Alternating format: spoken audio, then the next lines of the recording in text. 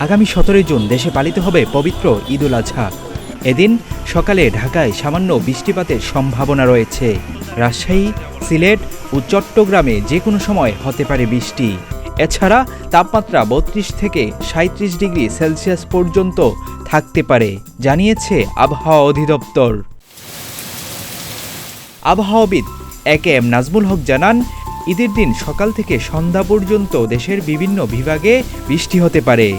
তার মধ্যে রংপুর, ময়মনসিংহ ও সিলেটের অধিকাংশ জায়গায়, চট্টগ্রামের অনেক জায়গায়, রাজশাহী ও ঢাকার কিছু কিছু এবং খুলনা ও বরিশালের দু-এক জায়গায় হতে পারে বৃষ্টি। রাজশাহী ও সিলেটে যে কোনো সময় ও রংপুরে বিকেলে বৃষ্টি হতে পারে।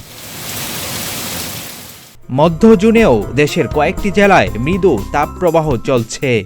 ঈদের দিনেও কয়েকটি স্থানে বেশি থাকবে তাপমাত্রা। বিশেষ করে খুলনা ও বরিশাল বিভাগে তাপমাত্রা থাকতে পারে 34 থেকে 37 ডিগ্রি সেলসিয়াস পর্যন্ত, যা মৃদু তাপপ্রবাহের অন্তর্ভুক্ত। তাছাড়া বাকি বিভাগগুলোতে তাপমাত্রা থাকতে পারে 32 থেকে 35 ডিগ্রি সেলসিয়াস।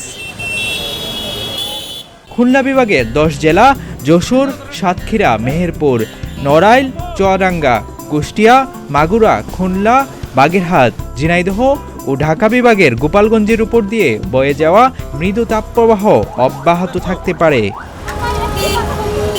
শনিবার সারা দেশে তাপমাত্রা সামান্য বাড়তে পারে। জলীয় বাষ্পের আধিক্যের কারণে অস্বস্তিভাব বিরাজ করতে পারে।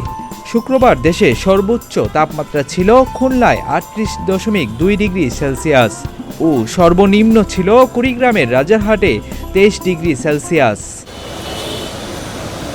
ডেস্ক রিপোর্ট, প্রতিদিনের বাংলাদেশ।